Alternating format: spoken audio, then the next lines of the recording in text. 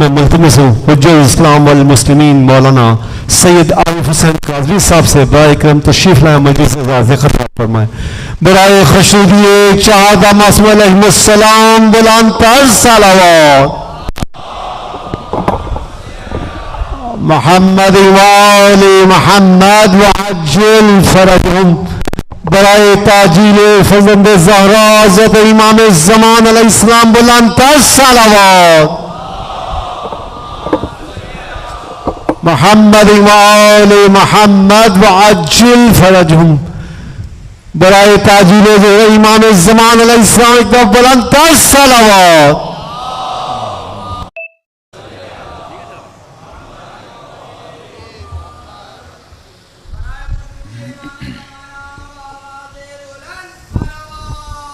اللہم صلی علی محمد. شہدائے ملت کے لیے اپنے اپنے مرحومین کو یاد کرتے ہوئے ایک مرتبہ سورۃ الفاتحہ. بسم اللہ الرحمن الرحیم. الحمدللہ رب العالمین الرحمن الرحیم مالک یوم الدین ایاک نعبد و ایاک نستعین غیر المغضوب علیہم ولا الضالین. بسم اللہ الرحمن الرحیم. قل واللہ احد اللہ الصمد. ربنا تقبل منا انک انت السمیع العلیم. صلوات پڑھے محمد وآل محمد.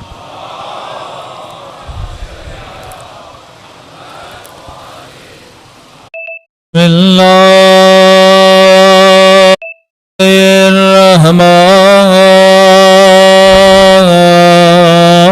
الرحمن الرحیم. الحمدللہ رب العالمین. الحمدللہ کما هو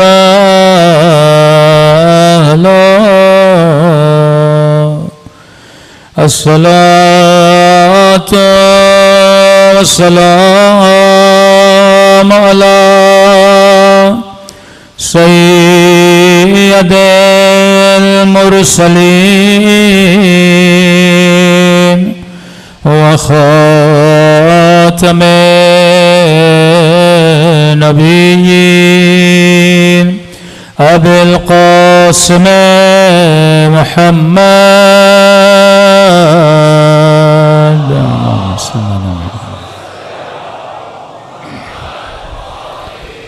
وعلى آل الطيبين الطاهرين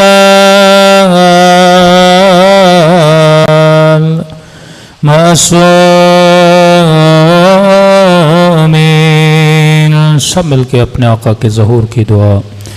اللہم کل ولیک حجت ابن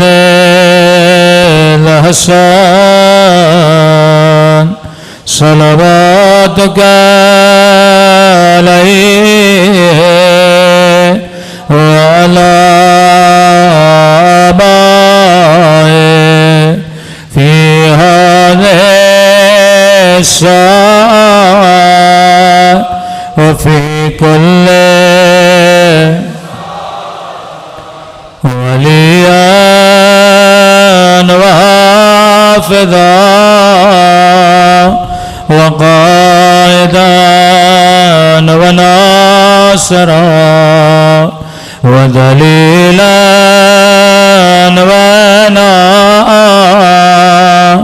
حتى تسكنه أرضك طوعا وتمتع فيها طويلا برحمتك يا أرحم الراحمين. صلوات پڑھے محمد صلی اللہ علیہ وسلم. بسم اللہ الرحمن الرحیم. رب اشرح لی صدری ویسر لی امری واحلل عقدۃ من لسانی یفقهوا قولی. اما بعد فقد قال سبحانہ وتعالی فی محکم کتابہ بسم اللہ الرحمن الرحیم ان فی خلق السماوات والارض واختلاف اللیل والنہار لآیات لأولی الالباب. صلوات پڑھے محمد و آل محمد.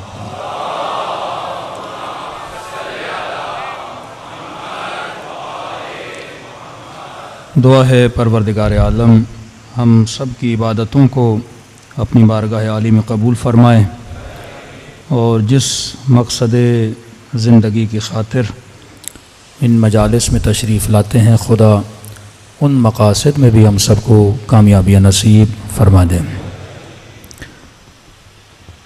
مجالس کے اہداف میں سے ایک ہدف یہ بھی ہے جو قرآن نے بیان کیا کہ وَمَن يُعَظِّمْ شَعَائِرَ اللَّهِ فَهِيَ مِن تَقْوَى الْقُلُوبِ، جو اللہ کے شعائر کی عزت کرتا ہے، احترام کرتا ہے، اسی سے انسان کے دل میں اللہ کا خوف پیدا ہوتا ہے. اب شعائر سے مراد صرف سعی صفا و مروہ نہیں ہے، صرف خانہ خدا نہیں ہے، صرف حجر اسود نہیں ہے. شعائر ہر اس چیز کو بولا جاتا ہے جو نشانی بن جائے اللہ کی، جس کو دیکھ کر خدا یاد آئے، جس کو دیکھ کر دین یاد آئے، جس کی شہادت کا ذکر کر کے دین خدا کی اہمیت لوگوں کے دلوں میں پیدا ہو. یعنی واقعاً اگر امام حسین کی شہادت نہ ہوتی شاید ہمیں احساس ہوتا کہ دین کی ویلیو کیا ہے، کہ خرجت لاصلاح امت جدی، امت کی اصلاح کے لیے باہر نکلا. اب میں اکثر لوگوں سے ایک سوال کرتا ہوں کہ مولا حسین افضل ہیں یا دین؟ کئی چیزیں لازم و ملزوم ہوتی ہیں، لیکن اہمیت بیان کرنے کے لیے کچھ سخت سوالات کیے جاتے ہیں. جتنے بھی انبیاء ائمہ آئے کس چیز کو نافذ کرنے کے لیے؟ دین کو نافذ کرنے کے لیے. جو جس پہ قربان ہوتا ہے، مولا حسین کا سر کٹ رہا ہے کس کے لیے؟ دین خدا کے لیے. سیدہ زینب اپنی چادر قربان کر رہی ہیں کس کے لیے؟ دین خدا کے لیے. کیونکہ قرآن کی آیت ہے ہر شے فنا ہو جائے گی وَيَبْقَى وَجْهُ رَبِّكَ ذُو الْجَلَالِ وَالْإِكْرَامِ. ہم کائنات میں آئی فنا کے لیے ہیں، فنا الی الدنیا نہیں، فنا الی اللہ. اللہ کے وجود کے لیے اپنی جان کو قربان کر دینا، کمائی کو قربان کر دینا، بدن کو قربان کر دینا. تو جب آپ کہتے ہو بنا لا الہ الا اللہ است حسین دی است حسین دی پناہ است حسین، تو دین کو اگر کوئی بقا عطا کر رہا ہے تو امام حسین ہے. لیکن بچا کون؟ دین بچا. حسین نے کیا قربان کیا؟ سر قربان کیا نا. آج اگر امام حسین کا نام زندہ رکھو گے تو دین زندہ رہے گا، کیونکہ حسین نے دین کی اہمیت ہمیں بتائی. ہر سال فرش عزا بچھانے کا مقصد یہی ہے کہ اپنے بچوں کے دلوں میں شاعر کا ادب پیدا کیا جائے. جب تک شاعر اللہ کا ادب نہیں تو دین خدا کا ادب نہیں. اب تھوڑا سا کمپیریزن کریں مسلم سوسائٹی کو ویسٹرن کلچر کے ساتھ.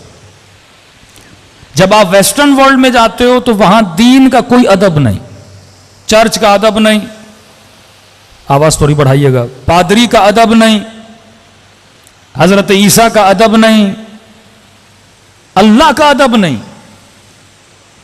کیا ویسٹرن ورلڈ ہمیشہ ایسا تھا؟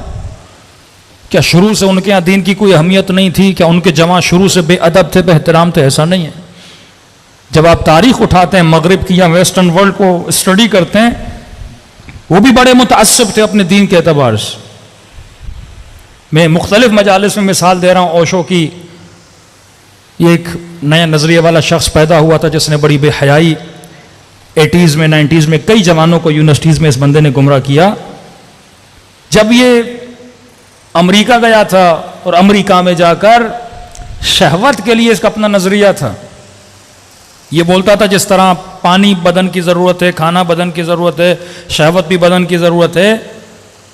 تو جب پانی تم ہر جگہ سے پیتے ہو، کھانا تم ہر جگہ سے کھا لیتے ہو، تو شہوت پورا کرنے کے لیے یہ قید و بند کیسے؟ الیاذ باللہ. تو شہوت بھی کھانے کی طرح ہے، انسان کو جب جہاں دل کرے شہوت کو پورا کرے۔ وہ کسی رشتے کا قائل نہیں تھا، نہ ماں کا، نہ بہن کا، نہ پھوپھیوں کا، نہ محارم کا، مطلب اس کی نگاہ میں ہر کسی سے نکاح جائز تھا، جس کے ساتھ بھی انسان نکاح کرے کوئی مسئلہ نہیں ہے۔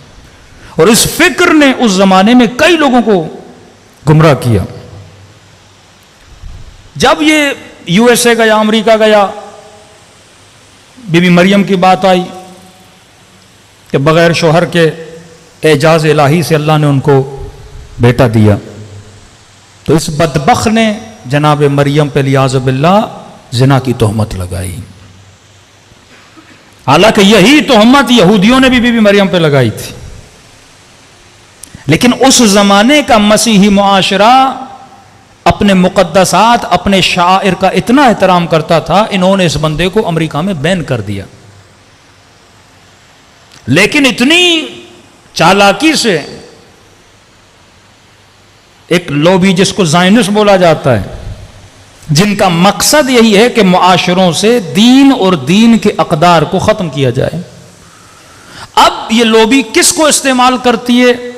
سب سے زیادہ یہ لوبی استعمال کرتی ہے سیاستدانوں کو، میڈیا والوں کو، ڈرامے والوں کو، فلم والوں کو، کیونکہ اس وقت آپ کے معاشرے میں اگر کوئی سوچ دے رہا ہے، کوئی کلچر بنا رہا ہے، کوئی فرہنگ بنا رہا ہے، تو وہ کون ہے؟ رہبر معظم کہتے ہیں یہ زمانہ ہارڈ وار کا زمانہ نہیں ہے، یہ سافٹ وار کا زمانہ ہے۔ پہلے جنگ ہوتی تھی سخت جنگ، ہتھیاروں کی جنگ، اب ہتھیاروں کی جنگ ختم ہو گئی ہے، اب سافٹ وار ہے۔ نرم طریقے سے تمہارے اندر، تمہارے ثقافتی الغار کے ذریعے سے، افکار کے ذریعے سے، غلط لوگوں کے ذریعے سے تمہاری فکر کو، تمہارے دین کو، تمہارے ایمان کو چرا بھی لیا جائے گا اور تجھے پتہ بھی نہیں چلے گا۔ جس طرح ہم اپنے اشرے میں کہہ رہے ہیں کہ جہالت کے لشکری اور عقل کے لشکری، اسی طرح فزیکل اس دنیا میں کچھ لوگ شیطان کے سپاہی ہیں، کچھ لوگ اللہ کے سپاہی ہیں۔ جو تبلیغ دین میں مشغول ہیں وہ اللہ کے سپاہی ہیں، جو بقاء دین کے لیے لڑ رہے ہیں وہ اللہ کے سپاہی ہیں۔ لیکن یہ ناچنے والے، یہ گانے والے، یہ بے حیائی، یہ بے اوریانی پھیلانے والے، یہ نمائندگان شیطان ہیں۔ لیکن بے حیائی اپنی جگہ پہ، معاشرہ کتنا بے حیا ہو جائے، لیکن اگر معاشرے میں مصطفیٰ کا احترام ہے، اگر معاشرے میں قرآن کا احترام ہے، اگر معاشرے میں مولا حسین کا احترام ہے، اگر معاشرے میں مجلس کا احترام ہے، جب احترام ہوگا تو مجلس میں آئے گا، جب آئے گا تو اس کے اندر اقدار دین کیا ہوں گے؟ پیدا ہوں گے۔ کا پورا سال شیطان محنت کرتا ہے، 2 مہینے میں حسین کی مجلسیں اس کی محنت پہ پانی پھیر دیتی ہیں۔ یہ 2 مہینے جو مجالس ہیں، آپ کے جوانوں کے سافٹ ویئر امام حسین اپڈیٹ کرتے ہیں، جو وائرسز جوانوں نسلوں کے ذہنوں میں ڈالے جاتے ہیں۔ قال قال رسول اللہ، قال جعفر الصادق، قال علی بن ابی طالب، یہ فرامین اہل بیت سن سن کے ان کے ذہنوں کی صفائی کی جاتی ہے۔ اب انہوں نے کیا کیا؟ ایک واقعہ کروایا جاتا ہے، پھر ایک شدید ری ایکشن آتا ہے سوسائٹی سے، کس نے غلط کیا ہے، لیکن بیج تو بو دیا نا، جڑ تو ڈال دی، اس نے بات کر دی، بات لوگوں کے ذہنوں تک آئی۔ اب یہ ذہن اگر اس کا ہادی، اس کی عقل صحیح نہیں ہے تو اس ذہن کو ہر بندہ جب غلط پانی دے گا، اس کی فصل کو کیا کر دے گا؟ خراب کر دے گا۔ پھر انہوں نے ہالی ووڈ میں فور دا فرسٹ ٹائم حضرت عیسیٰ جیزس کے خلاف فلم بنائی۔ اتنے لوگ سنیما میں گئے، کلیسا کے پادریوں نے جلوس نکالے، یہ آپ نے کیا کیا ہے، لیکن انہوں نے کسی کی نہیں سنی۔ میں ہر جوان کو کہتا ہوں، آج اگر شیطان کا کوئی نبی ہے تو وہ سنیما ہے۔ اللہ کے بھی نبی ہیں، شیطان کے بھی نبی ہیں، اللہ کے بھی رسول ہیں، شیطان کے بھی اپنے رسول ہیں۔ اس وقت شیطان کا سب سے بڑا رسول اگر نبی، اس کی خبر دینے والا اگر کوئی بندہ ہے، یہ میڈیا ہے۔ مطلب اسے یوز کیا جاتا ہے، میڈیا کو اچھے طریقے سے بھی یوز کر سکتے ہو، لیکن 99% جو میڈیا کا یوز ہے ڈراموں کی صورت میں، سوشل میڈیا کی بات نہیں کر رہا، فلم انڈسٹری کی صورت میں، اس میں شیطان کے نمائندگان ہیں۔ شہوت اپنے عروج پر، غضب اپنے عروج پر، غصہ اپنے عروج پر، یہ ساری فلموں میں ہوتا ہے۔ حضرت عیسیٰ کے خلاف فلم بنائی، جس فلم میں حضرت عیسیٰ سے الیاذ باللہ ایک بدکارہ عورت تھی، اور دکھایا حضرت عیسیٰ نقل کفر نہ ہو، اس کے ساتھ بدفعلی میں مبتلا ہے۔ کرسچن سوسائٹی میں یہ فلم چل رہی ہے، آج میں بولوں گا حضرت رسول کے خلاف اگر کوئی مووی بنائی جائے اور مسلم سوسائٹی میں چلائی جائے، اس کا کانسیپٹ بھی نہیں ہے ہمارے ذہنوں میں، تصور بھی نہیں ہے۔ آپ کیا سمجھتے ہو اگر آپ کے ذہن میں تصور نہیں ہے تو کیا وہ تصور بنا نہیں سکتا؟ وہ کہتا ہے تصور بنانے میں کیا ہے؟ یوسوس فی صدور الناس، کئی ایسے کام ہیں آپ کرتے نہیں ہو پر آپ کے ذہن میں ضرور آتے ہیں، کئی ایسے گناہ ہیں آپ کرتے نہیں ہو پر آپ کے ذہن میں ضرور آتے ہیں، ضرورت نہیں ہوتی اس کو ظاہر کرنے کی۔ اس کا کام ہے لوگوں کے ذہنوں میں پڑے ہوئے وسوسوں کو سینما کی چادر پر، سینما کے پردے پہ لائے۔ جو آپ سوچتے ہو نا گندا، وہ گندا وہ دکھاتا ہے، جو خرافات آپ کے ذہن میں وہ خرافات پردے پہ لاتا ہے۔ تھوڑا سا ری ایکشن آیا، پھر دوسری فلم بنائی، پھر حضرت سلیمان کے خلاف، پھر حضرت داؤد کے خلاف۔ اتنی غلاظت انبیاء اللہ کے خلاف، توریت میں تو پہلے سے غلاظت بھری ہوئی ہے نا، حضرت داؤد حضرت سلیمان کے خلاف، کہ داؤد نے اللہ کے ساتھ کشتی کی، سلیمان علیاذ باللہ کسی لڑکی پہ علیاذ باللہ عاشق ہو گئے، ایک سپاہی تھا اس سپاہی کو مروا دیا۔ مطلب پوری نسل انبیاء کو خراب کرنے کی کوشش کری گئی۔ ہر معاشرے میں علماء کا احترام ہوتا ہے، یہ آپ کو ہنٹس دے رہا ہوں تاکہ آپ سمجھیں۔ جب معاشرے میں علماء کی بے عزتی، بے وقاری، بے احترامی کروائی جاتی ہے، یا بعض اوقات بڑے سلجھے ہوئے لوگ یہ کام کرتے ہیں جس سے شیعہ قوم کو پاکستان میں بڑا نقصان ہوا، اس ٹاپک میں 8-9 محرم کو بات کروں گا۔ جب عزت معاشرے میں عالم کی ختم ہو جاتی ہے، دین کی ویلیو بھی ختم ہو جاتی ہے۔ پادریوں کے خلاف فلمیں بنائی گئیں، کلیساؤں کے خلاف فلمیں بنائی گئیں۔ آج اب ویسٹرن کلچر میں جاتے ہیں، بائبل کا کوئی احترام نہیں، کلیسا کا کوئی احترام نہیں، پادریوں کا کوئی احترام نہیں، کیونکہ انہوں نے دکھا دکھا کر لوگوں کے اندر سے ایک قبیح فعل کو نارملائز کر دیا کہ فرمایا آخری زمانے میں قبیح کو قبیح نہیں سمجھا جائے گا۔ آپ کے سامنے کوئی مثلاً خدا نخواستہ گالی دے، آپ پہلی بار بہت برا مانیں گے، دوبارہ گالی دے گا، تیسری بار گالی دے گا، 4 5 6 7 8 بار دے گا، آپ کے لیے وہ معاملہ نارمل ہو جائے گا۔ پہلی بار آپ کا بچہ آپ کے سامنے سگریٹ پی، آپ کو برا لگے گا، لیکن 10 بار اگر یہ کام کرے نارمل ہو جائے گا۔ فور دا فرسٹ ٹائم اگر کوئی خاتون ٹی وی پر آئے اور دوپٹہ نہ پہنے یا کچھ لباس گندا پہنے، آپ کو برا لگے گا۔ بھئی پاکستان ہے، اسلامی ملک ہے، اسلامی موویز میں ایسا گانا آ گیا، برا لگے گا۔ 1 بار دکھائیں گے، 2 بار دکھائیں گے، 3 بار دکھائیں گے، 4 بار دکھائیں گے، اب نارملائز ہو جائے گا۔ پہلے ایک آدمی کراچی میں مرتا تھا، وہ ایک آدمی مر گیا، پھر 2، پھر 3، پھر 7، پھر ایک نوبت کراچی میں یہ آ گئی کہ 9 لوگ ڈیلی مر رہے تھے، اور کراچی والا لاہور جاتا تھا، لاہور والے کہتے تھے آپ کے شہر میں ڈیلی 9 لوگ مرتے ہیں۔ ہم نے یہ کون سی بڑی بات ہے، تو ہمارے لیے تو روٹین بن گئی ہے۔ اتنا معاشرے میں برائی کو انجام دو کہ برائی برائی نہ لگے، کبھی کبھی نہ لگے، کبھی کو نارملائز بناؤ۔ تبھی سختی سے منع کیا کہ اگر تم نے کسی کا عیب دیکھا بھی ہے نقل نہ کرو۔ نقل کرنے سے برائی عام ہوتی ہے۔ کسی کو زنا کرتے ہوئے، کسی کو شراب پیتے ہوئے، کسی کو بدکاری کرتے ہوئے دیکھا ہے، نقل نہ کرو، کیونکہ معاشرہ تباہ و برباد ہو جاتا ہے۔ خدا تیرے گناہوں کو چھپاتا ہے، تو بندوں کے گناہوں کو چھپا۔ وہ ستار العیوب ہے، تو ستار العیوب بن۔ اب انہی ٹیکنیکس میں سے ایک ٹیکنیک یہ ہے کہ مسلمانوں کے شعائر کی بہترامی کی جائے۔ ان کو بھی پتا ہے کہ مسلمان جلوس نکالیں گے، چلو 4 جلوس 5 جلوس، حکمرانوں میں تو ویسے ہی غیرت کا ٹیکہ ہے ہی نہیں، وہ تو کچھ کریں گے نہیں۔ 4 تبلیغی جماعتیں، 4 دیندار لوگ جلوس نکال لیں گے، پھر اپنے آفیسز میں مشغول ہو جائیں گے۔ پہلے کوئی تصور نہیں کر سکتا تھا رسول خدا کا کوئی کارٹون بنائے، بہترامی کرے رسول گرامی کی۔ 1 بار بنایا، 2 بار بنایا، 3 بار بنایا، 4 بار بنایا، اب آپ کے لیے کیا ہوتا جائے گا؟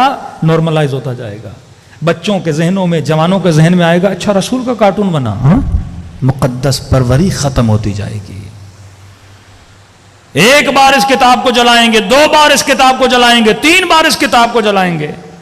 جب یہ کام بار بار ریپیٹ ہوگا تو کیا ہوگا؟ تقدس آپ کی نسلوں کے ذہنوں میں کتاب کا کیا ہو جائے گا؟ ختم ہو جائے گا۔ بھئی کتاب کتاب ہے، کتاب کتاب کی طرح جل گئی تو کیا ہو گیا؟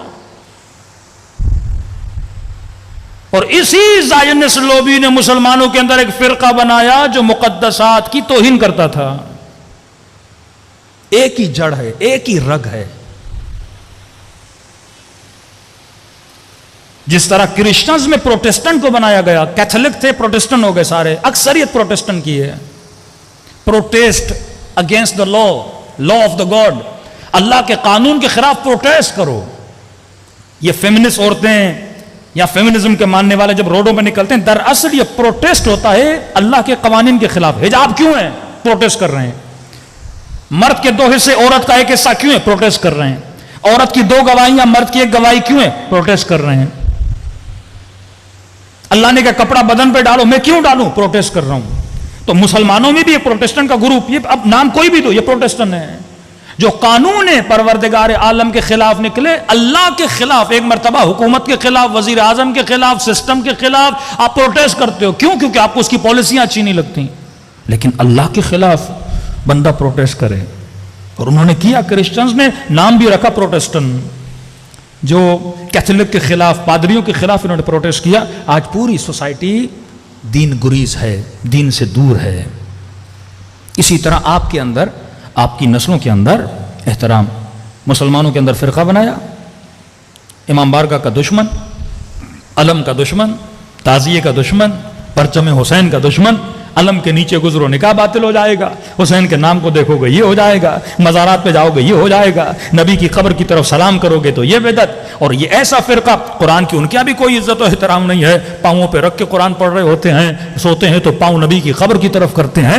بے ادبی اور بے احترامی جب معاشرے میں پیدا ہوتی ہے، وہ معاشرہ بڑی آسانی سے سیکولر بن جاتا ہے، لبرل بن جاتا ہے. اور آپ نے دیکھا جتنے ایکسٹریمسٹ حکم ان کے تھے، تکفیری فتوے ان کے تھے، اور فوراً اچانک سے وہ معاشرہ کیا بن رہا ہے؟ ابھی سیکولر بن رہا ہے.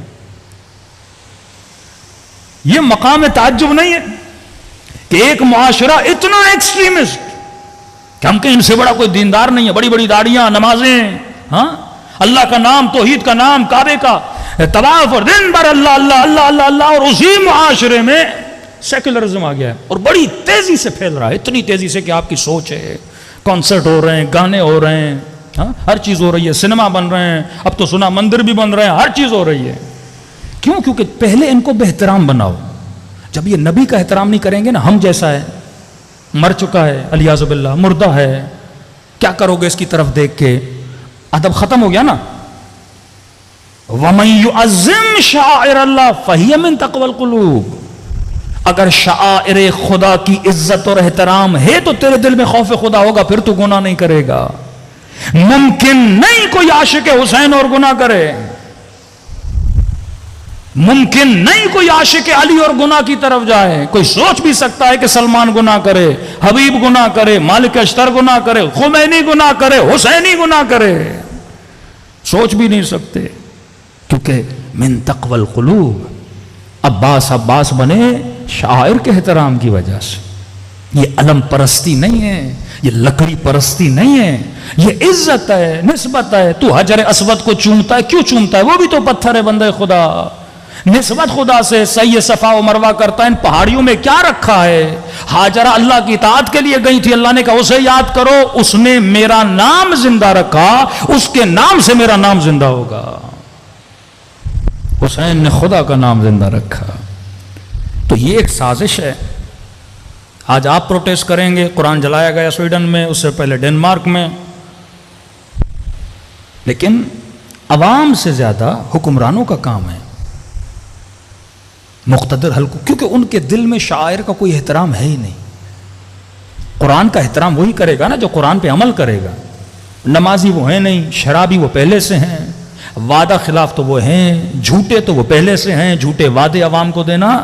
تو ان کے دل میں تو اس قرآن کا کوئی احترام ہے نہیں. وہ جو کچھ بھی کر رہے ہیں پھر عوام کے پریشر کی وجہ سے کرتے ہیں نا. ورنہ اگر غیرت ملی ہوتی، ان ملکوں کے سفارت خانے نہ بند کر دیے جاتے تھوڑے ٹائم کے لیے. ایک عالم دین سعودی عرب نے اس کا گلا کاٹا تھا، آیت اللہ نمر. 4-5 سالوں کے لیے ایران ایمبیسی بند کر دی. 4-5 سالوں کے لیے. نمر ایرانی نہیں تھا، شیعہ تھا. موت العالم موت العالم ہوتا ہے کہ اگر تو ہمارے علماء کا احترام نہیں کرے گا، وہ کسی بھی فرقے کا ہو. ہمارے یہاں بعض اداروں کے ذہن میں یہ وہم ہے کہ پتہ نہیں پاکستانی شیعہ کوئی ایران پرست ہے. یہاں کوئی ایران پرستی نہیں ہے. ہمارے یہاں علماء کی ایک قدر ہے. پورا عراق آیت اللہ سیستانی کی سنتا ہے. سیستانی کون ہے؟ ایرانی. یہ ان کے ذہن میں ہے ہی نہیں کہ بندہ ایرانی ہے کیا ہے. وہ ہمارے یہاں احترام مرجع کا ہوتا ہے، وہ کسی بھی قوم کا ہو، وہ کسی بھی مکتب کا ہو، وہ کسی بھی ملک کا ہو. شیعہ مرجع کا احترام کرتا ہے. پورا عراق آیت اللہ سیستانی کی سنتا ہے. اس سے پہلے آیت اللہ محسن الحکیم عراقی تھے. پوری دنیا کے شیعہ ان کی اتباع کرتے تھے. ہمارے یہاں نسل پرستی تو ہے ہی نہیں. دوسرا یہ ذہنوں میں ڈالا جلی اعوذ باللہ کہ مجھے ایک بات یہ بہت بری لگتی ہے کہ جس طرح انڈیا کے مسلمان بار بار انڈین گورنمنٹ کو یہ احساس دلاتے ہیں کہ ہم ہندوستانی ہیں، ہم ہندوستانی ہیں، کیونکہ ان کو یہی بولا جاتا ہے کہ تم پاکستانی ہو. اور یہ چیز مجھے یہاں محسوس ہوتی ہے کہ ہمیں کیوں بتانا پڑتا ہے کہ ہم پاکستانی ہیں، ہم حب الوطنی ہیں. ہر قوم کا ایک جین ہوتا ہے. آپ پوری دنیا میں جہاں جہاں شیعہ رہتے ہیں ان کا جین چیک کر لو. پوری دنیا میں شیعہ جہاں بھی ہے وہ نیشنلسٹ ہے. کہیں بھی چلے جاؤ. ایرانی شیعہ بے انتہا اپنے وطن سے محبت کرتا ہے. عراقی شیعہ بے انتہا اپنے وطن سے محبت کرتا ہے. لبنانی شیعہ بے انتہا اپنے وطن سے محبت کرتا ہے. عراق کا سنی اتنی عراق سے محبت نہیں کرتا. لبنان کا سنی اور کرسچن اتنی لبنان سے محبت نہیں کرتا، کیونکہ جتنی جانیں لبنانیوں نے لبنان کے بچانے کے لیے دیے کسی اور لبنانی نے نہیں دیے ہیں. جتنی جانیں شیعہ عراقیوں نے عراق کے بچانے کے لیے دیے کسی اور شیعہ نے نہیں دی. آذربائیجان کا شیعہ جتنی آذربائیجان سے محبت کرتا ہے وہاں کا کوئی اور مکتب والا نہیں کرتا. تو شیعہ کسی بھی ملک کا ہو وہ اپنے وطن کا عاشق ہوتا ہے. کیونکہ یہ درس ہمیں کس نے دیا ہے؟ امام حسین نے دیا ہے. آپ ایک فرقہ ایک جگہ پہ شیعہ نہیں دکھا سکتے جنہوں نے اپنے وطن کے ساتھ بغاوت کی. اب وہ چاہے شیعہ انڈیا کا ہو، انڈین شیعہ بھی ہندوستان سے محبت کرتا ہے، کیونکہ یہ چیز فرش ازا سے ملتی ہے کہ جس مٹی پہ رہتے ہو اس مٹی سے بغاوت نہ کیا کرو. اگر مراجع سے عشق ہے، آغا خامنئی سے عشق ہے، آغا سیستانی سے عشق ہے، یہ ہمارا ایک مکتبی مسئلہ ہے. مرجع کہیں کا بھی ہو. عراقیوں میں کیوں تعصب نہیں؟ سیستانی ایرانی ہم کیوں سنے؟ پورے عراق کی پالیسی آغا سیستانی بناتے. مرجع ہے نا، مرجع کی بات مانی جاتی ہے. یہی تو قوت، یہی تو قدرت، یہی تو ہمارے انسجام کی طاقت ہے جو اہل بیت نے دیا. نسل پرستی ہمارے یہاں ہے ہی نہیں. امام بچپن میں بھی امام بنے تو ہمارا امام ہے. ہمارے یہاں معیار تقویٰ، ہمارے یہاں معیار تہذیب، ہمارے یہاں معیار کلام معصومین ہے. تو دشمن کی یہ سازش شروع سے رہی ہے کہ آپ کی نسلوں کو، کیونکہ یہ پورا پلان ہے کہ مسلمانوں کو سیکولر بنایا جائے. اب وہ وہابیت کو کلوز کرنے کا ٹائم آ گیا ہے. اب ایکسٹریمسٹ مسلمان کے جتنے گروہ ہیں ان کو بند کرنے کا پیغام آ دیا ہے. بھائی جتنے بھی ایکسٹریمسٹ گروپس ہیں ان کو بند کرو. اب ان کے جتنے بھی فنکشنز ہیں یا تہوار ہیں یا رسومات ہیں ان کو فیسٹیول کا نام دو. وہ بیداری ختم کر دو.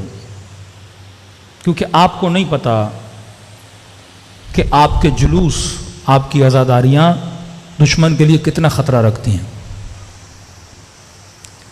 واللہ اگر قومیں نظریاتی بن جائیں ان جلوسوں سے کیا کچھ نہیں ہو سکتا. 35 ایئر صدام عراق میرا جلوس نہیں نکلنے دیتا تھا. کیوں؟ اب اسے پتا تھا کہ ایک سیاسی پارٹی جلسہ بھی کرے کروڑوں روپے خرچ کرنے پڑتے ہیں لوگوں کو جمع کرنے کے لیے. یہ بھی افسوس کا مقام ہے آج کل مجالس بھی سیاسی جلسوں کی شکل اختیار کر گئی ہے. میرے مولوی کا رش کتنا ہے اور تیرے مولوی کا رش کتنا ہے. بھائی یہ معیار تھوڑی ہے. نمبر بازیاں ہو رہی ہیں. کوئی پارٹی پیسے خرچ کر کے بھی بڑی مشکل سے 2 لاکھ 4 لاکھ لوگ جمع کرتی ہے. یہاں عاشورہ کا دن آتا ہے، حسین کے نام پہ بچے بوڑھے سب باہر نکل آتے ہیں. یہ کس قوم کے پاس یہ جذبہ ہے مجھے بتائیے؟ پوری دنیا میں کون سی قوم ہے جو اپنے اتنے لوگ باہر نکالے؟ یہ ٹریننگ تھی مکتب اہل بیت میں تاکہ اپنے حق کے لیے بندہ باہر نکلنے کا جذبہ رکھے. کسی اور کو نکالنا بڑا مشکل ہے، لیکن شیعوں کو تو ٹریننگ ہے. لوگ 3 دن کا دھرنا نہیں دے پاتے، شیعوں کو کیا ہے، دھرنا دیں گے، نوحیں پڑھتے رہیں گے، مولا کا نام لیتے رہیں گے. ہاں؟ ہمارے تو بچے کو ٹریننگ ہے نا باہر نکلنے کی. اس چیز سے بڑا خطرہ ہے. کہتے ہیں ٹھیک ہے جلوس نکلے لیکن اس کو اینگل نہ ملے. صدام کہتا تھا اگر یہ جلوس نکلے اور سب نے میرے خلاف آواز اٹھانا بلند کر دی، وہ کہتا تھا یزید پہ لعنت کرو، میرا نام نہیں لینا. یہ مت کہنا کہ میں آج کا یزید ہوں. اب پرانے والے یزید سے مجھے کوئی مسئلہ نہیں، نئے یزید کا نام نہیں لو. ہاں ہم بھی حسین کا احترام کرتے ہیں، ہم بھی حسین کا احترام کرتے ہیں کہتے ہیں، لیکن نیا لیڈر ہمیں نہ دکھانا. کیونکہ اتنے بڑے مجمع کو اگر کوئی لیڈ کرنے آ گیا تو یہ مجمع کو کہیں بھی لے جا سکتا ہے. پھر قوموں میں لیڈر نہیں بننے دیے جاتے، لیڈروں کو مار دیا جاتا ہے، چھین لیا جاتا ہے، اختلافات پھیلائے جاتے ہیں، ٹولوں میں فرقوں میں بانٹ دیا جاتا ہے. اصل ہدف کیا ہے؟ مسئلہ مسلمانوں سے نہیں ہے. آپ سیکولر بن جائیں ان کو کوئی ایشو نہیں. مسئلہ دینداری سے ہے، مسئلہ حجاب سے ہے، مسئلہ عفت سے ہے، مسئلہ حیا سے ہے، مسئلہ قال رسول اللہ سے ہے. اگر کوئی دینی حکومت بنی تھی، ایک وہابی ذہنیت کا آدمی تھا، اس نے کہا ایران میں بڑا ظلم ہے اہل سنت پہ. تو پاکستانی صاحب کھڑے ہوئے تھے، اس نے کہا ٹھیک ہے بھائی جتنا ظلم ایران میں سنیوں پر ہے تم اتنا ہی کرو ہمارے اوپر پاکستان میں. جتنی آسائشیں ملی ہوئی ہیں آپ سوچ بھی نہیں سکتے.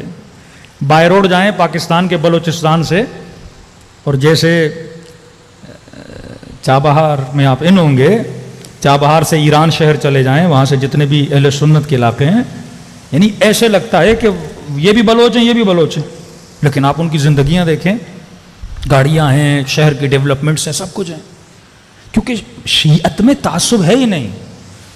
ایران میں یہ کانسیپٹ ہی نہیں ہے کہ شیعہ مسجد میں کوئی اہل سنت آ کے نماز پڑھے اور وہاں پہ یہ ہو کہ اس کو مسجد سے نکالا جائے. لیکن شیعوں کو خوف آتا ہے کسی اور کی مسجد میں نماز پڑھتے ہوئے نا، کوئی حملہ نہ کر دے، کوئی بدتمیزی نہ کر دے، کوئی بے احترامی نہ کر دے. کیونکہ مکتب اہل بیت محبت کا مکتب ہے. آج تک ہم نے اپنی امام بارگاہوں کے باہر نہیں لگایا کوئی اور نہ آئے. ہم تو کھلم کھلا کیا دیتے ہیں، دعوت دیتے ہیں، کیونکہ ہمارا عقیدہ ہے کہ اہل بیت کی محفل میں آئے گا، محبت اہل بیت لے کر باہر جائے گا. شیعہ تو اتنے تھے نہیں، کس طرح بڑے؟ انہی مجالس امام حسین سے. تو مجالس کا ایک مقصد ہے شعائر اللہ کا احترام کرنا اپنی نسلوں کے دلوں میں. اور یہ امام حسین نے اہتمام کیا کہ پورا سال دشمن کبھی قرآن جلاتا ہے، کبھی کارٹون بناتا ہے، کبھی دین کی توہین کرتا ہے، تو اپنے بچوں کو فرش عزائے امام حسین پر لاؤ اور ان کے دلوں میں قرآن کا تقدس، اہل بیت کا تقدس اور شاعر اللہ کا تقدس بھرو، تاکہ یہ قومیں اور نسل دیندار بھی بنے اور دشمن سے لڑنے کے ان کے اندر جذبہ بھی پیدا ہو. صلوات پڑھے محمد وعلی محمد.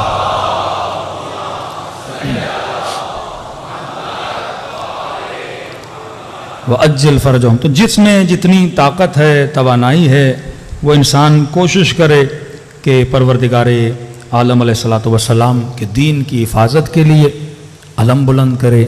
اور جو دشمن یہ کوشش کر رہے ہیں اپنے گھروں میں سیکولرزم کے اسباب کو نکالیے، یہ گندے ڈرامے، یہ گندی فلمیں.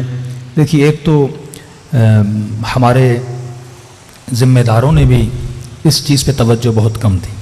ہاں ہے نا کہ عقل اگر قوموں میں نہ ہو تو قومیں غلطی کرتی ہیں. جذباتی ذہن ہمیشہ غلط فیصلے کرتا ہے. پہلے نیا نیا کیمرہ آیا تو فتوے آئے کیمرے سے فوٹو نکالنا حرام ہے. ٹی وی آیا کہ گھروں میں ٹی وی رکھنا حرام ہے. وی سی آر آئی کا وی سی آر خریدنا حرام ہے. اور ایسے جذباتی مومن تھے دکانیں توڑ دی، وی سی آریں توڑ دی بیچارے لوگوں کی کہ یہ بھی حرام ہے یہ بھی حرام ہے. سنیما بنا، ضیاء الحق کا زمانہ آیا، سارے سنیما گھر اس نے کیا کر دیے؟ توڑ دیے. کہ یہ شیطان کے گھر ہیں. کسی نے توجہ نہیں دی کہ بھائی ٹیکنالوجی ختم کرنے سے یا ٹیکنالوجی سے دین کو کوئی خطرہ نہیں. اب زمانہ گزرتا گیا، اب سب سے بڑے کیمرے بھی مولویوں کے پاس ہیں.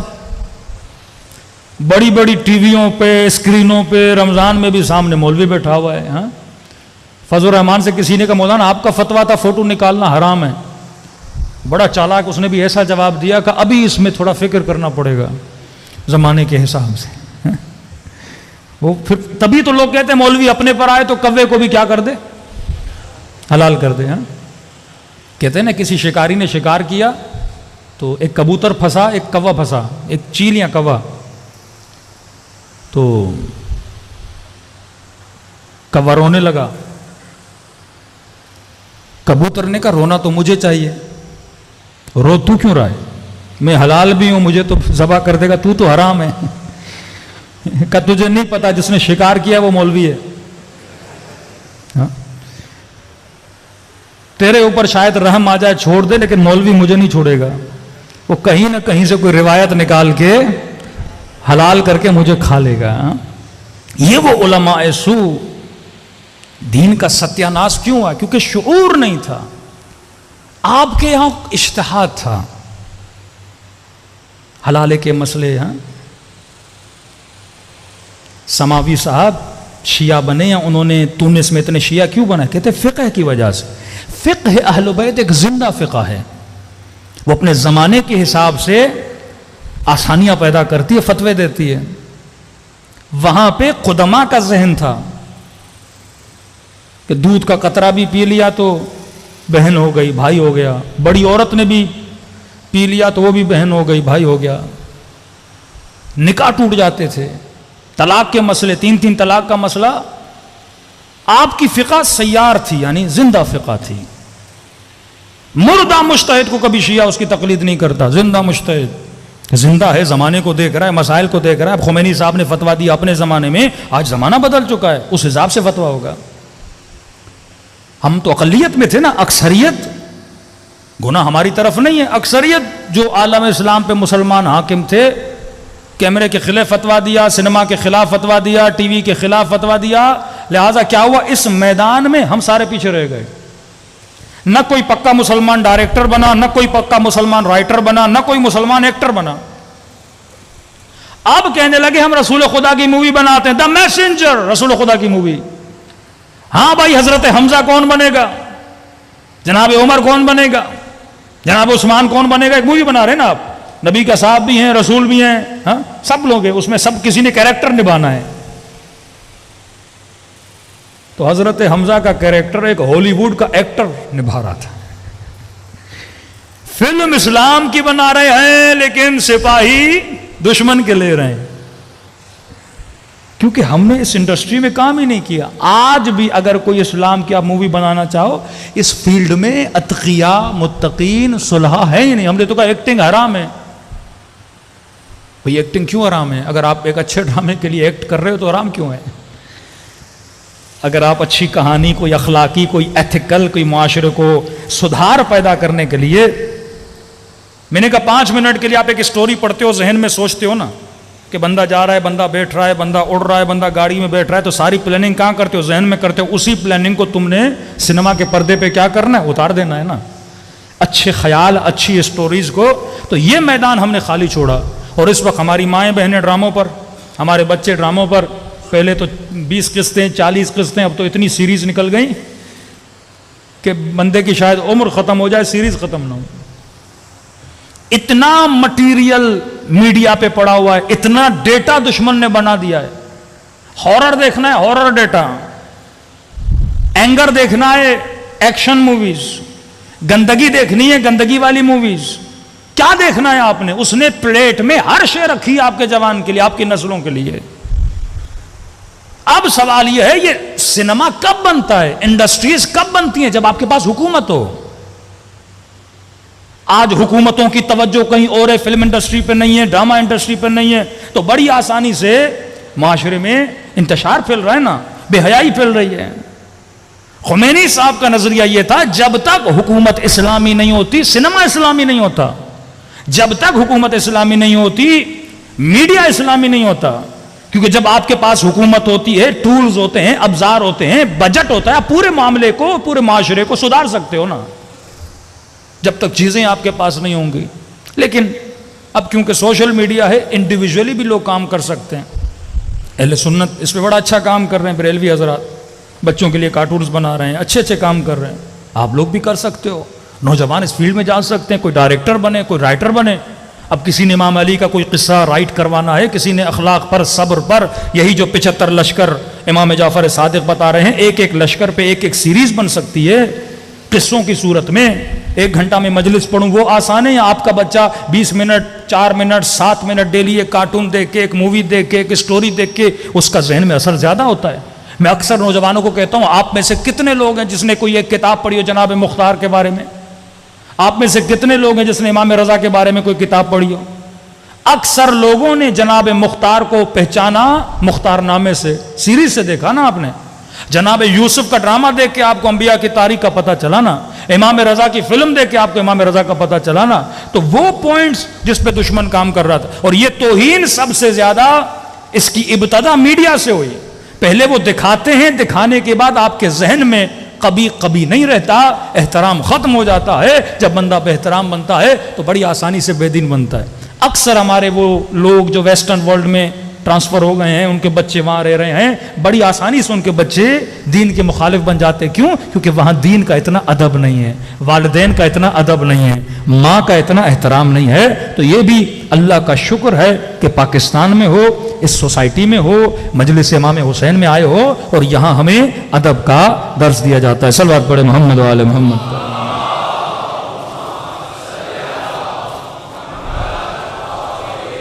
میں معذرت چاہتا ہوں آج یا علی، کیونکہ قرآن سوزی کا واقعہ ہوا تھا، تو اس پہ کیونکہ کوئی بھی واقعہ ہوتا ہے اس کے پیچھے ایک بہت بڑی سازش ہوتی ہے. سائیکلوجیکلی وہ آپ کے ذہنوں کے ساتھ کھیلتے ہیں اور ان کو پتہ ہے وہ کیا کر رہے ہیں.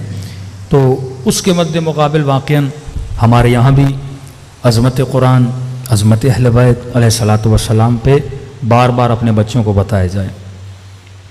حبیب ابن مظاہر 24 گھنٹے میں ایک مرتبہ پورا قرآن پڑھتے تھے، 24 گھنٹے.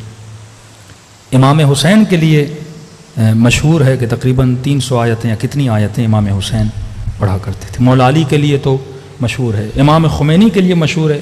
جب بھی وقت ملتا تھا جیب سے قرآن نکالتے تھے، قرآن پڑھتے تھے.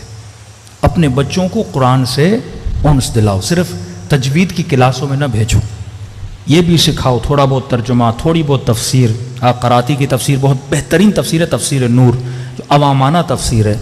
ڈیلی 1 آیت 2 آیتیں، ماں بیٹی باپ یا آپس میں بیٹھ جائیں 4-5 لوگ، چلو جمعے کے دن ایک دن مختص کر لو کہ جمعے کے دن ہم قرآن کی 5 آیتیں پڑھیں گے، آدھا صفحہ پڑھیں گے.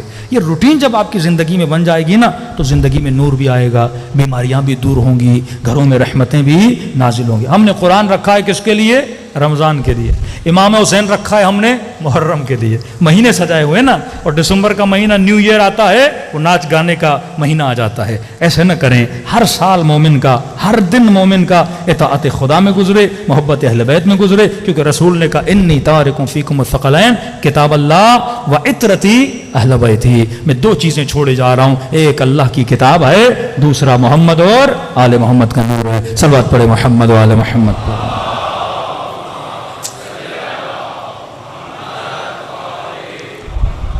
وقت آج بہت گزر چکا ہے. میں صرف عقل کی تعریف آج کروں گا. کل سے انشاءاللہ ہم روایت پڑھنا شروع کریں گے، اور بڑا دلچسپ موضوع ہوگا کہ یعنی اتنا کھل کے خدا نے نشانیاں دی ہیں کہ صاحبان عقل کون ہیں. اور آج میں نے کھولی تھی سورہ نور، اور کل جس کو مطالعہ کرنا ہو تو آپ سورہ نور کی 35ویں آیت شروع کریں. 3-4 آیتیں ہیں انشاءاللہ تعالی کل پڑھیں گے. اس سورہ نور میں کیونکہ عقل بھی نور ہے اور قرآن سورہ نور ہے، اور رسول فرماتے ہیں اول ما خلق اللہ نوری، میرے نور کو خلق کیا. اور اہل بیت کو شجر بھی بولا گیا، اور اللہ نے کہا اللہ نور السماوات والارض. اس کے نور کی مثال ایک مشکات ہے. مشکات کہتے ہیں اہل بیت علیہ الصلوۃ والسلام ہے. اور امام نے بھی جو یعنی ایک طرف حدیث معصوم، ایک طرف قرآن کی آیت، اور اس میں واقعاً آپ کو پتہ چلے گا دوری اہل بیت کی عقل کی دوری ہے. اہل بیت کے مقابلے میں جو بھی آیا وہ جہل ہے. جس طرح اللہ کے مقابلے میں شیطان آیا تو شیطان مظہر جہالت ہے. اہل بیت کے مقابلے میں جو بھی آئے گا وہ مظہر جہالت ہے. عقل محض، عقل کامل اگر کائنات میں کوئی ہے وہ محمد اور آل محمد ہیں. امام 75 لشکر کے نام لیتے ہیں اور فرمایا کچھ لوگوں میں دو طرح کی عقلیں ہیں. ایک عقل متبوع ہے، ایک عقل مسموع ہے. متبوع عقل یعنی طبیعی، بائی نیچر ہر بندے کے پاس ہے، لیکن اس کے لیولز الگ الگ ہوتے ہیں. مطلب عقل متبوع پیدا ہوتے ہر بندے کی برابر نہیں ہوتی. جس طرح میں نے ٹوئنس بچوں کی مثال دی تھی کہ ایک ہی گھر میں ایک ہی ماں کے پیٹ سے دو بچے پیدا ہوں، ایک ہی باپ کا لقمہ کھائیں، کوئی سخی ہوتا ہے کوئی کنجوس ہوتا ہے. بعض اوقات ایک بندہ بالقوہ بالفعل کی میں نے بات کی تھی، عقل متبوع میں وہ بندہ سچا ہے،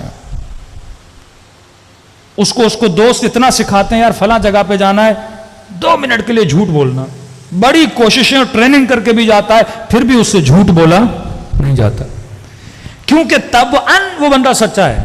اب اس سچائی کی کوئی ذاتاً ویلیو نہیں ہے، کیونکہ بائی نیچر وہ سچا ہے نا، اس نے سچائی کو حاصل کرنے کے لیے کوئی محنت نہیں کی. اب اس نے محنت کرنی ہے، اس کو باقی مطلب اس کے پاس ایک سپاہی موجود ہے، طبیعتاً پیدائشی اس کے پاس عقل کا ایک سپاہی موجود ہے. اب اس نے دوسرے سپاہیوں کو کیا کرنا ہے؟ اکٹھا کرنا ہے. دوسری جگہ پہ ایک بندہ ہے جو پیدائشی مثلاً کنجوس ہے، یہ اس کے پاس جو سپاہی ہے یہ جہالت کا سپاہی ہے. اس نے سپاہی کو اپنے آپ سے کیا کرنا ہے؟ دور کرنا. یہ بہت مشکل ہے. کئی اوقات عادتاً آپ کئی کام کرتے ہو آپ کو پتہ نہیں ہوتا. مثلاً کسی نوجوان نے کہا مولانا میں پیٹ کے بل سوتا ہوں، الٹا سوتا ہوں. میں نے کہا منع ہے، معصومین منع کرتے ہیں، شیطان اوندا سوتا تھا، نہ سویا کرو.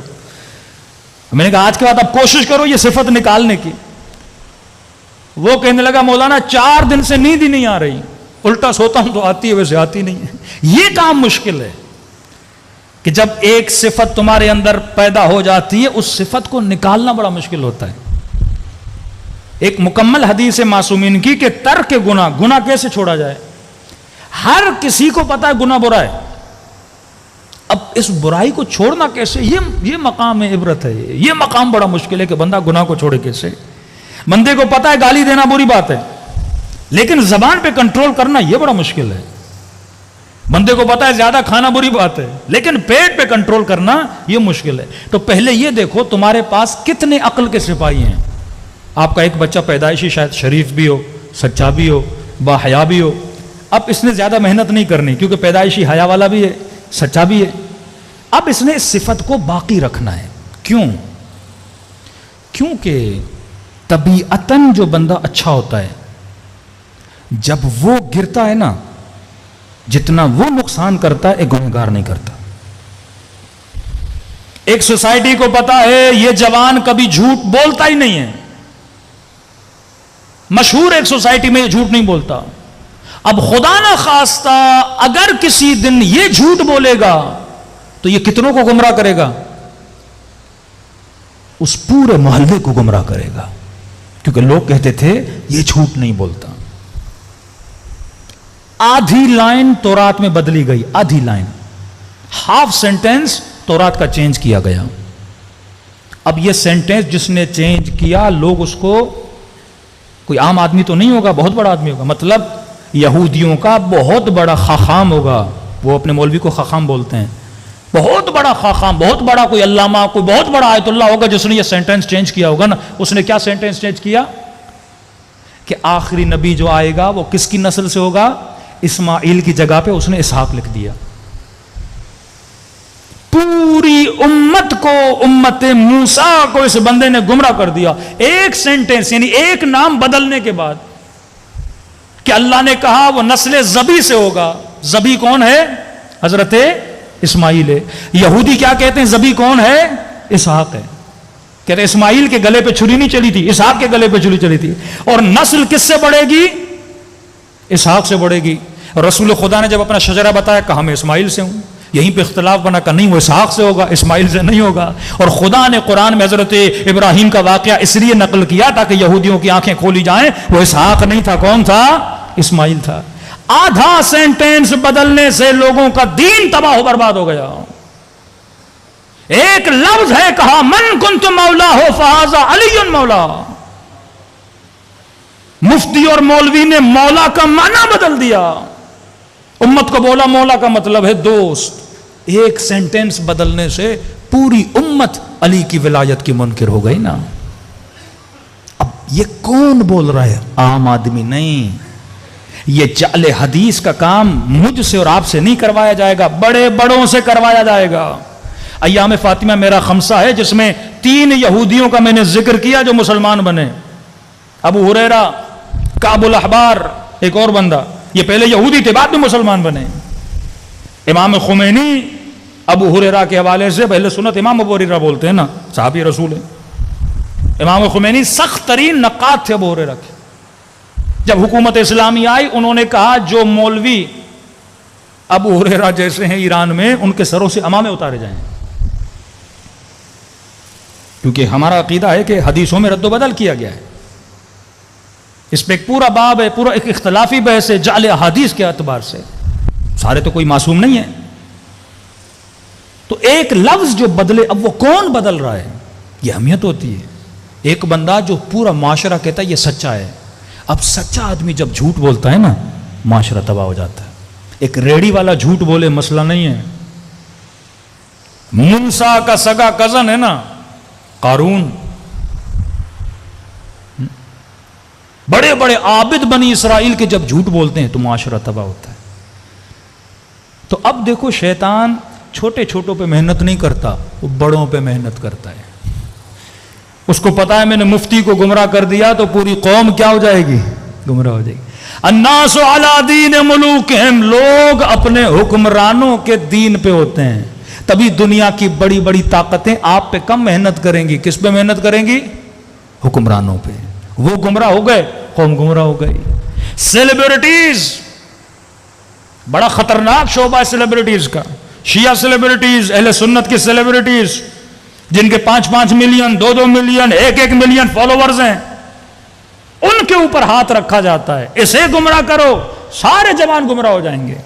اس کے کپڑے، اس کا حلیہ، اس کا بولنا، اس کا طرز، اس کا طریقہ، اس کا فیشن، پوری دنیا، پوری قوم جو اس کے فالوور ہیں اس کے پیچھے. تو یہ فالوئنگ بڑی خطرناک ہے کہ بندہ شہرت کی ٹاپ پر ہو اور وہاں سے گرے، کیونکہ وہ پوری قوم کو گرا دیتا ہے.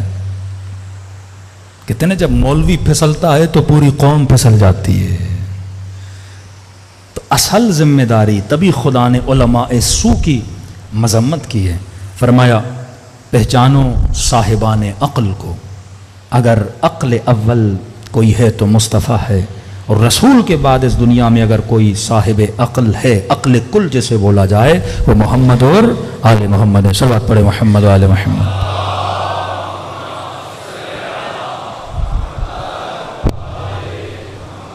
بار دیگر صلوات پڑھے محمد و آل محمد.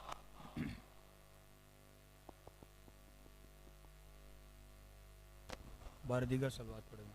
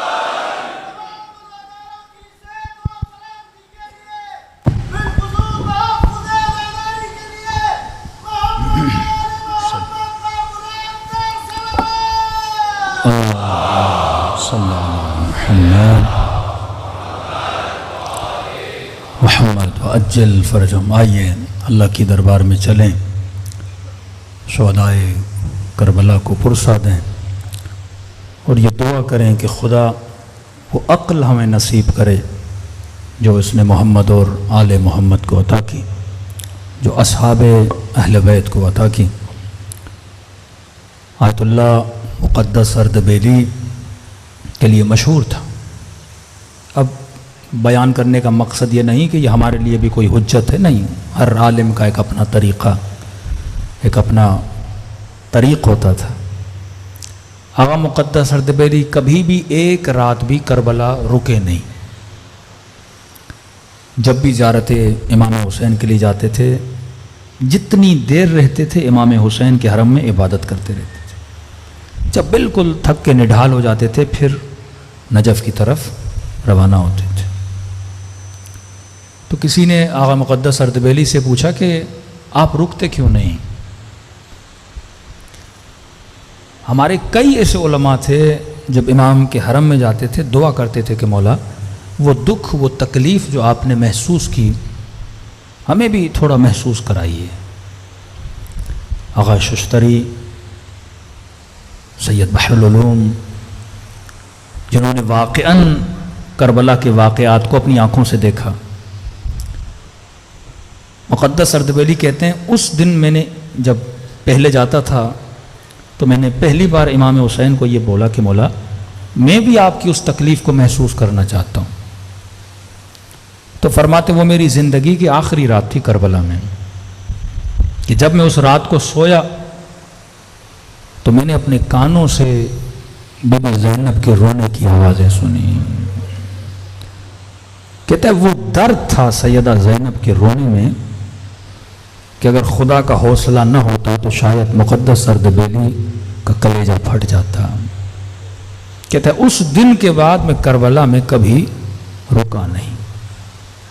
2-3 جوان، ایک آئیسو کا جوان تھا، کہہ رہے تھے مولانا جب کیمپ لگتا تھا شروع میں بڑے تبلیغی کیمپ ہوتے تھے تو کہہ لیں دعائے کمیل چل رہی تھی، دعائے کمیل کے بعد مولانا جیسے میں سو گیا، بہت رویا امام حسین کے مصائب پر، میں نے خواب کے عالم میں دیکھا کہ میرا بدن گویا سرزمین کربلا پہ پڑا ہوا ہے اور گویا میں شہدائے کربلا میں سے ہوں۔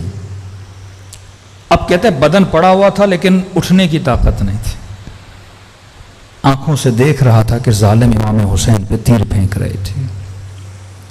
کہتے ہیں وہ کیفیت میری خواب میں ہوگی۔ اس کے دوست کہتے ہیں 10 لوگ اس کو پکڑنے والے تھے لیکن اس کے بدن میں اتنی طاقت اور جنبش آ گئی تھی کہ گویا میرا دل پھٹ جاتا۔ اب کہہ رہے جب گھوڑے دوڑے نا تو میں نے محسوس کیا کہ گھوڑے میرے بدن سے دوڑ گئے، ایون ان کی ٹانپیں جب میرے سینے پہ پڑی میں نے وہ تکلیف بھی محسوس کی۔ پھر میں سوچ رہا تھا کہ جب یہ امام حسین کے بدن سے دوڑائے گئے ہوں گے تو امام حسین پہ کیا گزری ہوگی۔ تو اس لئی نے کہا نا کہ ابن سعد جب میں نے حسین کے بدن پہ گھوڑے دوڑائے، کیونکہ عربوں کے یہاں 2 گھوڑے ہوتے تھے، ایک جنگ کے لیے، ایک لاشوں کو پامال کرنے کے لیے۔ جب لاشوں کو پامال کرنا چاہا تو وہ گھوڑے لائے گئے، وزنی گھوڑے ہوتے تھے، پاؤں میں سم لگائے جاتے تھے۔ تو فخر سے کہنے لگا ابن سعد جب میں نے گھوڑے دوڑائے تو میں نے کانوں سے حسین کی پسلیوں کے ٹوٹنے کی آوازیں سنی۔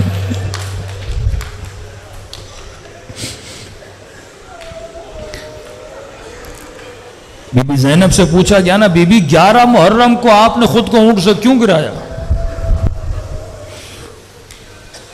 فرماتی ہے میں دیکھ رہی تھی کہ سجاد اپنے بابا کو دیکھ رہا ہے۔ فرماتی ہے تھوڑی دیر اور دیکھتے تو شاید سجاد کی روح پرواز کر جاتی، چہرہ دودھ کی طرح سفید ہو گیا تھا۔ تو میں نے خود کو اونٹ سے گرایا تاکہ سجاد کی توجہ بابا کے بدن سے ہٹے اور پٹھی کی طرف آ جائے۔ امام دیکھے تو روح پرواز کر جائے۔ تبھی چھٹے امام فرماتے ہم نے اپنے شیعوں کے سینوں پہ 6 پردے ڈال دیے ہیں، اگر یہ پردے نہ ہوتے یہ مصائب سنتے اور ان کا دل پھٹ جاتا۔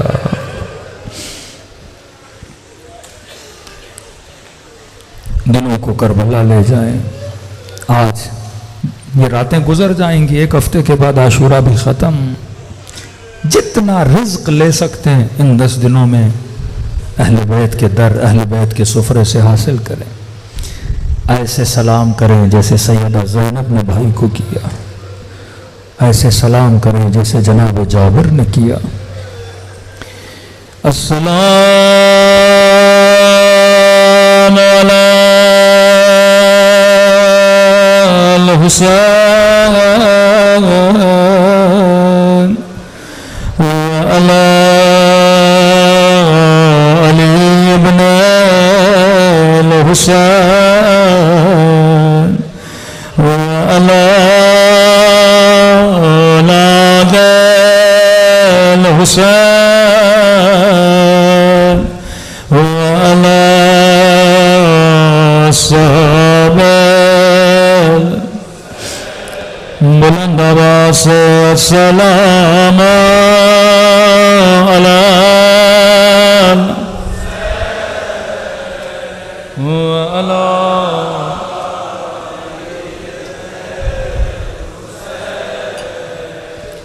وعلی اولاد وعلی صحابہ سب مل کے السلام علی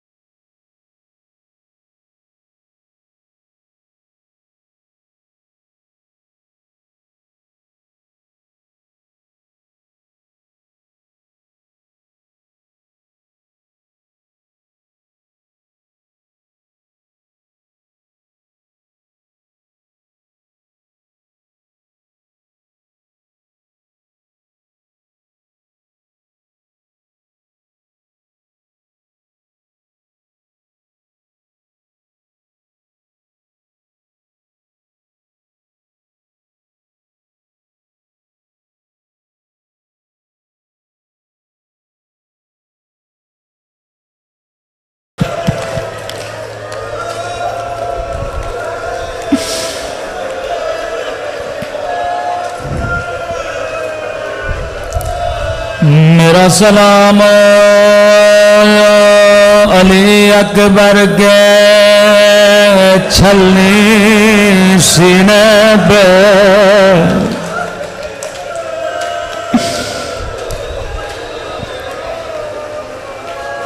میرا سلام قاسم کی ٹوٹی ہوئی بسلیوں پہ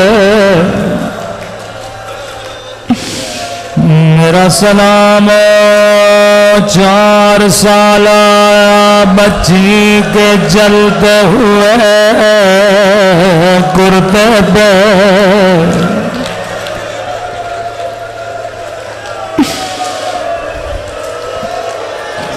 میرا سلام مسلم کے زخمی بدن پہ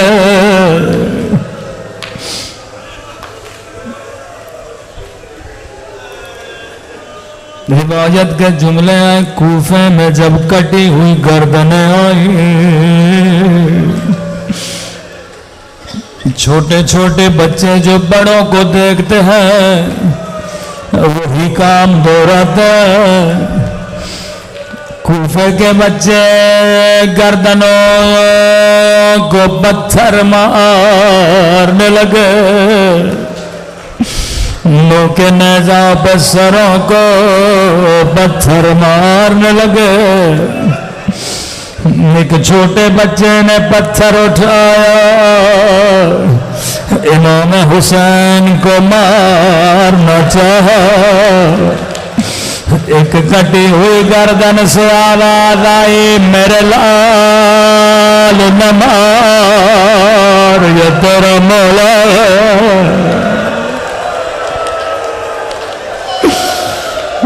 بچہ بڑا پریشان ہوا، کہنے لگا اے ولی خدا تو کون ہے کہ گردن کٹ چکی ہے پھر بھی باتیں کر رہا ہے؟ آواز آئی میرے لال میں تیرا بابا حبیب بن لگا،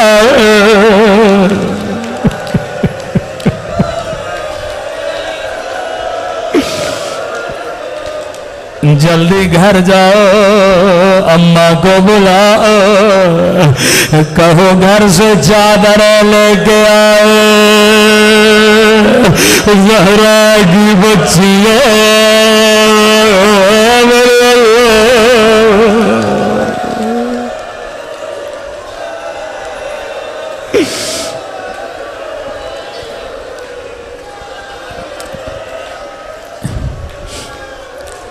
فرمایا عباس، جی میرے آقا، عباس جو بیویاں ساتھ چل رہی ہیں سب کی فہرست بناؤ، جو بچے ساتھ چل رہے ہیں سب کے نام لکھو۔ غازی عباس فرماتے ہیں میں نے نام لکھنا شروع کیے، سکینہ کا نام لکھا، اکبر کا نام لکھا، قاسم کا نام لکھا، یہاں تک کہ علی اصغر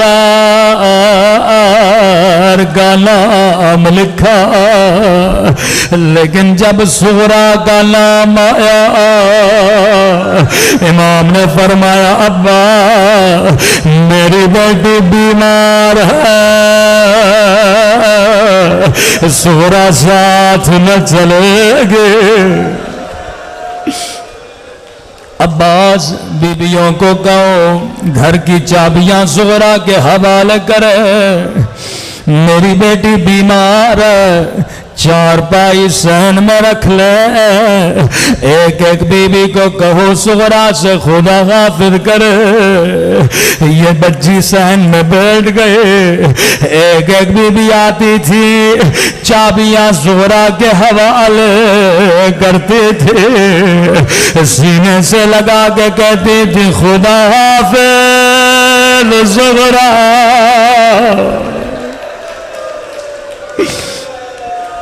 لیکن جواب میں صغرا کچھ بھی نہ کہتے تھے۔ آخر میں بی بی زینب کی باری آئے، سینے سے لگایا، روکے گا خدا حافظ صغرا، اگر زندگی رہے تو پھر ملیں گے۔ راوی کہتا صغرا نے دونوں بائیں پٹھی کے گلے میں ڈالے، رو کے کہنے لگی پٹھی اماں میں سمجھ گئے میرا بابا واپس نہیں آئے گا، پٹھی اماں میں یتیم ہو گئے، میں سمجھ گئی میرا اکبر واپس نہیں آئے گا۔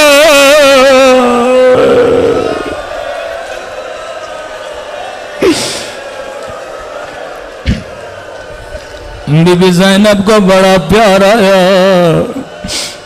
کہ صغرا اس بات کا علم میرے علاوہ حسین کے علاوہ کسی کو نہیں، صغرا تجھے کیسے پتا چلا تیرا بابا نہیں آئے گا، تیرا اکبر واپس نہیں آئے گا؟ روکے گا پپی اماں میں بیمار ہو، مجھے راتوں کو نیند نہیں آتے، آدھی رات کا وقت تھا، میں نے کیا دیکھا، آسمان سے ایک نور ہمارے اترے، اس ہماری سے کالے برکے میں بی بی باہر آئے، اپنے سر پہ خاک ڈال کے کہنے لگے میرے لال حسین تیری ماں زہرا تجھے کہاں کہاں روئے گی، ارے کربلا میں روئے گی یا شام کے بازار میں یا کوفہ کے بازار میں۔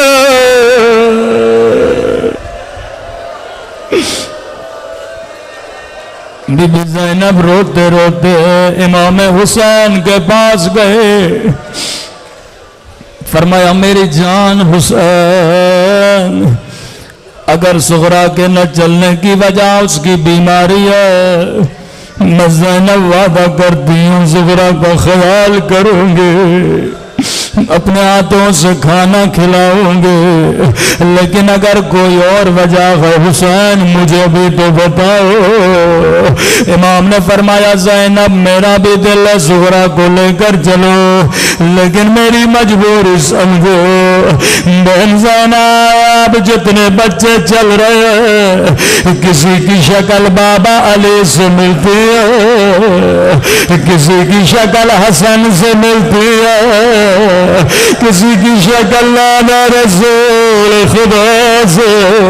او بہن زینب میری صغرا کی شکل میری اماں زہرا سے ملتی ہے، میں امام ہوں علم غیب سے جانتا ہوں، میرے جانے کے بعد تیرے ہاتھوں میں رسیاں تجھے شرابی کے دربار میں، ارے میں کیسے برداشت کروں، میری اماں کی شبی بازاروں میں پھرائی جائے۔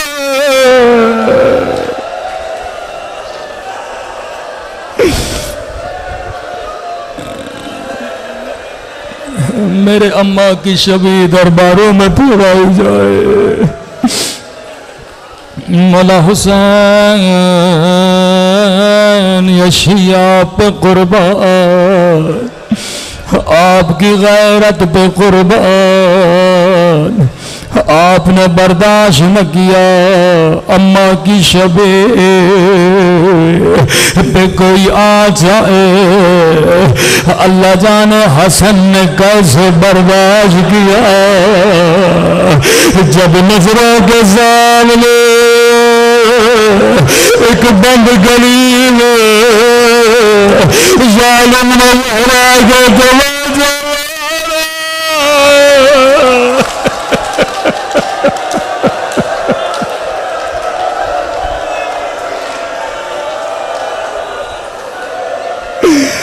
فرمایا ذاکر تو میرے اصلی مصائب کیوں نہیں پڑھتا؟ کہ مولا آپ کے اصلی مصائب کہاں ہیں؟ رو کے کہنے لگے مدینے کی ایک گلی تھے، اس گلی میں جلتا ہوا دروازہ تھا، میں چھوٹا تھا فریادیں کر رہا تھا، کوئی آئے میری اماں کو بچا۔